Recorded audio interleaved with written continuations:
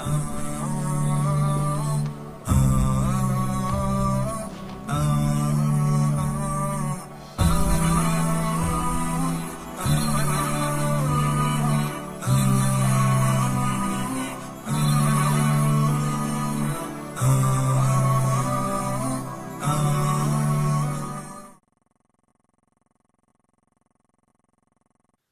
اللہ الرحمن الرحیم وبہ نستعین وہو خیر المعین وصلی اللہ علی سیدنا و نبینا محمد و آلہ الطاہرین ربی اشرح لی صدری ویسر لی امری واحلل عقدۃ من لسانی یفقہوا قولی۔ حضرات محترم، ہماری اپنے اس گفتگو کے سلسلے کا یہ دوسری نشست ہے۔ کل ہم نے گفتگو کا اختتام اس مقام پر کیا تھا کہ ہم انسان سازی کے مرحلے کی طرف گفتگو کرنے سے پہلے اس چیز کو جاننے کی کوشش کریں کہ خود انسان جو ہے وہ قرآن کریم اس کا کیا تعارف کرواتا ہے۔ قرآن کریم میں انسان خود قرآن کریم کا ایک انتہائی اہم موضوع ہے، اور قرآن کریم میں اللہ تبارک و تعالیٰ نے خود انسان کے بارے میں بہت تفصیل کے ساتھ جو ہے وہ بحث کی ہے اس مسئلے پر کہ انسان جو ہے از نظر قرآن کیا چیز ہے۔ چونکہ کل ہم نے گفتگو کا اختتام کیا تھا کہ اللہ تعالیٰ ارشاد فرماتا ہے کہ انا خلقنا الانسان، میں انسان کا خالق ہوں۔ تو چونکہ اللہ تبارک و تعالیٰ اس مشینری کا خالق ہے، اور یہ اللہ تعالیٰ کا کلام جو ہے اللہ تعالیٰ نے اس کو نازل فرمایا انسانوں کی ہدایت کے لیے، اور یہ انسانوں کو ہدایت دیتا ہے برائے انسان سازی۔ تو اس لیے سب سے پہلی چیز جو ہے وہ ہم اس چیز کو جاننے کی آج کوشش کریں گے کہ انسان از نظر قرآن جو خالق ہے، جس نے یہ انسان کو بنایا ہے، یہ مشینری ڈیزائن کی ہے، یہ وہ اس اپنی پروڈکٹ کے بارے میں، اس مشینری کے بارے میں وہ کیا چیز پیش کرتا ہے، کیا بتاتا ہے کہ یہ انسان کیا چیز ہے۔ جیسا کہ میں نے ابھی عرض کیا کہ انسانی زندگی کے اندر یہ ایک بہت ہی اہم مسئلہ ہے اس چیز کے لیے کہ انسان جو ہے وہ اپنے آپ کو پہچانے، اور یہ سارے جو مسائل ہیں، اس لیے آئیے آج ہم اس مسئلے پر بات کرتے ہیں۔ قرآن کریم نے انسان کے تعارف کے لیے بہت ساری چیزیں جو ہیں ان کو بیان کی ہے، لیکن 5 چیزیں جو ہیں وہ ایک قدر مشترک ہیں۔ ہماری شکلیں مختلف ہیں، ہمارے رنگ مختلف ہیں، ہماری زبانیں مختلف ہیں، ہمارا پسند اور ناپسند جو ہے یہ مختلف ہے، لیکن 5 چیزیں جو ہیں جو قرآن کریم نے بیان کی، جو بھی انسان ہے اس کے اندر، چاہے وہ گورا ہے، کالا ہے، عربی ہے، عجمی ہے، لیکن اس کے پاس یہ 5 چیزیں جس پر لفظ انسان صادق آتا ہے، اس کے اندر یہ 5 خصوصیات پائی جائیں گی، چاہے وہ ماضی کا ہو، چاہے وہ حال کا ہو، چاہے وہ مستقبل کا ہو۔ اسی لیے قرآن کریم چونکہ ان اصولوں کی بنیاد پر بات کرتا ہے، اس واسطے قرآنی اصول ایک آفاقی پہلو اپنے اندر رکھتے ہیں۔ وہ جو ماضی میں لوگ گزر گئے ان کے لیے جس طرح سے وہ قوانین جو تھے حکم فرما تھے اور ان پر اپلائی ہو رہے تھے، اسی طرح اس وقت جو موجود حال کے زمانے میں لوگ موجود ہیں ان کے لیے بھی اسی طرح سے یہ چیز حکم فرما ہے، اور آنے والے زمانے میں صبح قیامت تک جو بھی انسان آئیں گے ان پر یہی قوانین جو ہیں، یہ خصوصیات ان کے اندر پائی جائیں گی۔ تو سب سے پہلی چیز جس کے بارے میں اللہ تبارک و تعالیٰ نے بیان فرمایا ہے وہ سورہ مبارکہ معارج جو ہے اس کا شمارہ ہے 70، اور اس کی آیہ مبارکہ نمبر 19 جو ہے، اللہ تعالیٰ ارشاد فرماتا ہے کہ ان الانسان خلق ہلوعا، ہم نے انسان کو مفاد کے لیے حریص پیدا کیا ہے۔ یہ عزیزان محترم، یہ انسان کی فطرت کی طرف اشارہ کیا گیا ہے۔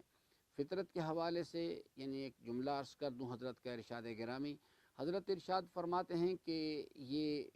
اگر کوئی شخص تمہیں 2 خبریں دے کہ ایک خبر یہ ملے کہ پہاڑ جو ہے وہ اپنی جگہ سے ہٹ گیا ہے، اور دوسری خبر یہ تمہیں سنائی جائے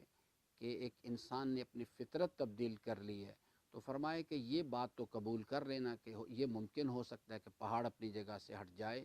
لیکن ایک انسان جو ہے جب تک وہ لفظ انسان جو ہے اس پر صادق آتا ہے، وہ اپنی فطرت کو تبدیل کر دے کہ وہ مفاد کے لیے حریص واقع ہوا ہے، وہ یہ تبدیل ہو جائے، یہ چیز حضرت نے فرمایا ممکن نہیں ہے۔ تو سب سے پہلی چیز جس کے اوپر انسانی زندگی کا پورا پریکٹیکل بیہیویئر بنتا ہے، جسے ہم اپنی اصطلاح میں دین کہتے ہیں، دین دو چیزوں سے مل کے بنتا ہے، شناخت ہے انسان کی اور اس کے بعد اس کا پریکٹیکل بیہیویئر ہے۔ بہرحال یہ چیز جو ہے انسان کی فطرت، یہ ایک نان ویریبل آئٹم ہے، یہ کبھی تبدیل نہیں ہوتی، چاہے انبیاء ہوں، چاہے مرسلین ہوں، چاہے ائمہ ہوں، اولیاء کرام ہوں، یا ایک عام انسان ہو، جب تک وہ لفظ انسان ان پہ صادق آئے گا، وہ چیز جو ہے اس کو اکارڈنگلی اسی کے مطابق یا تو مفاد حاصل کرنے کے لیے کام کریں گے یا نقصان سے بچنے کے لیے کام کریں گے۔ تیسری شکل آج تک جو بھی وجود میں نہیں آ سکی کہ انسان جو ہے وہ تیسری شکل بنائے اور اس کے علاوہ کام کرنا شروع کر دے، یہ چیز انسان کے لیے ممکن نہیں ہے کہ وہ یہ کر سکے۔ ہاں، جو طرز عمل میں ہمیں تبدیلیاں دکھائی دیتی ہیں انسانی زندگی کے اندر، کہ اگر ایک آدمی ہے، ایک فرعون ہے اور ایک موسیٰ ہے، نمرود ہے، ابراہیم ہے، ابو جہل ہے، سرور کائنات ہیں، تو یہ جو تبدیلی دکھائی دیتی ہے ہمیں طرز عمل میں، سب انسان ہیں، لیکن ان کے طرز عمل میں جو تبدیلی دکھائی دے رہی وہ شناخت کی وجہ سے، فطرت سب کی ایک ہی ہے۔ تو اللہ تعالیٰ نے ارشاد فرمایا سورہ مبارکہ معارج میں کہ ان الانسان خلق ہلوعا اذا مسہ الشر جزوعا واذا مسہ الخیر منوعا الا المصلین۔ ہم اس پر بعد میں اس آیہ مبارکہ کی جو تفصیلات ہیں اور ما بعد کی جو آیات ہیں اس پر بعد میں بات کریں گے، لیکن سب سے پہلی چیز جو ہے، جو سیلنٹ فیچر ہے ایک انسان کے اندر پایا جاتا، گورا، کالا، عربی، عجمی، وہ اس کے پاس ایک فطرت ہے جو ان بلٹ چیز ہے، نان ویریبل آئٹم ہے، اور وہ ہے کہ انسان مفاد کے لیے حریص پیدا کیا گیا ہے۔ پیدا کرنے والا جو ہے وہ بتا رہا ہے، جس نے یہ کلیم کیا ہے کہ انا خلقنا الانسان، وہ خود بتا رہا ہے کہ ان الانسان خلق ہلوعا، ہم نے انسان کو مفاد کے لیے حریص پیدا کیا ہے۔ وہ مفاد حاصل کرنا چاہتا ہے اور نقصان سے بچنا چاہتا ہے۔ یہ پہلی انسانی شناخت ہے جو قرآن کریم کے اندر بیان کی گئی ہے۔ دوسرا مسئلہ کہ انسان کو اللہ تبارک و تعالی نے نور عقل عطا کی ہے۔ اللہ تعالیٰ ارشاد فرماتا ہے انا خلقنا الانسان من نطفۃ امشاج نبتلیہ فجعلناہ سمیعا بصیرا۔ یہ جو سمیع و بصیر کا ذکر کیا گیا ہے، یہ بنیادی طور پہ نور عقل کی طرف اشارہ کیا گیا ہے، اور یہ چیز جو ہے یہ اللہ تبارک و تعالیٰ نے انسان کو ایک ایسی صلاحیت عطا کی ہے کہ جو معلوم اشیاء کے ذریعے سے، یعنی ان میں غور و فکر کرتی ہے، اور غور و فکر کرنے کے بعد انسان کو وہ نامعلوم اشیاء جو ہیں جن کے اس کے پاس معلوم، ان کی طرف رہنمائی کرتی ہے۔ جب انشاءاللہ ہم اس کو مسئلے کو کھولیں گے، تفصیل کے ساتھ اس پر بات کریں گے، تو میں اس مسئلے پر انشاءاللہ پوری تفصیل سے آپ کی خدمت میں عرض کروں گا کہ نور عقل جو ہے وہ کیا چیز ہے، اس کے کام کرنے کا طریقہ کار کیا ہے، اور اس کے راستے کی رکاوٹیں کیا ہیں، اور اس الہی نظام کے اندر اس کی اہمیت کیا ہے۔ تو دوسری چیز جو قرآن کریم نے یعنی انسان کے تعارف کے حوالے سے، کہ انسان یعنی از نظر قرآن جو دوسری چیز ہے کہ انسان کو اللہ تعالیٰ نے نور عقل عطا کے، انا خلقنا الانسان من نطفۃ امشاج نبتلیہ فجعلناہ سمیعا بصیرا، اس کو سمیع و بصیر بنایا گیا ہے، اسے نور عقل عطا کیا گیا۔ تیسری چیز جو ہے وہ انسان کے اندر اللہ تبارک و تعالیٰ نے ایک ضمیر رکھا ہے۔ سورہ مبارکہ شمس میں اللہ تعالیٰ کا ارشاد گرامی ہے وَنَفْسٍ وَمَا سَوَّاهَا، قسم ہے نفس کی اور اس ذات کی کہ جس نے اس کو درست کیا۔ فَأَلْهَمَهَا فُجُورَهَا وَتَقْوَاهَا، ہم نے اچھائی اور برائی کے پیمانے اس کے اندر الہام کر دیے ہوئے ہیں۔ یہ چیز جو ہے یہ بھی ایک ان بلٹ چیز ہے، جیسے کمپیوٹر کے اندر ان بلٹ ساؤنڈ سسٹم ان بلٹ ہے، ڈفرینٹ جو پروگرامز ان بلٹ ہوتے ہیں، اسی طرح سے انسان بھی ایک یعنی پروڈکٹ ہے، اس پروڈکٹ کے اندر یہ چیز ان بلٹ ہے کہ یعنی اللہ تعالیٰ نے وَنَفْسٍ وَمَا سَوَّاهَا فَأَلْهَمَهَا فُجُورَهَا وَتَقْوَاهَا۔ پیغامبران باہر سے آ کے کوئی اس کو اس مسئلے پر یعنی رہنمائی نہیں کرتے، نہ کو اس کو انجیکشن لگاتے ہیں آ کے کہ وہ اس کو بتائیں کہ جناب جھوٹ بولنا بری چیز ہے۔ ہر انسان جو ہے، چاہے وہ مسلم ہو، غیر مسلم ہو، کسی رنگ، نسل، زبان یا علاقے سے ہو، وہ بہرحال جھوٹ کو برا سمجھتا ہے،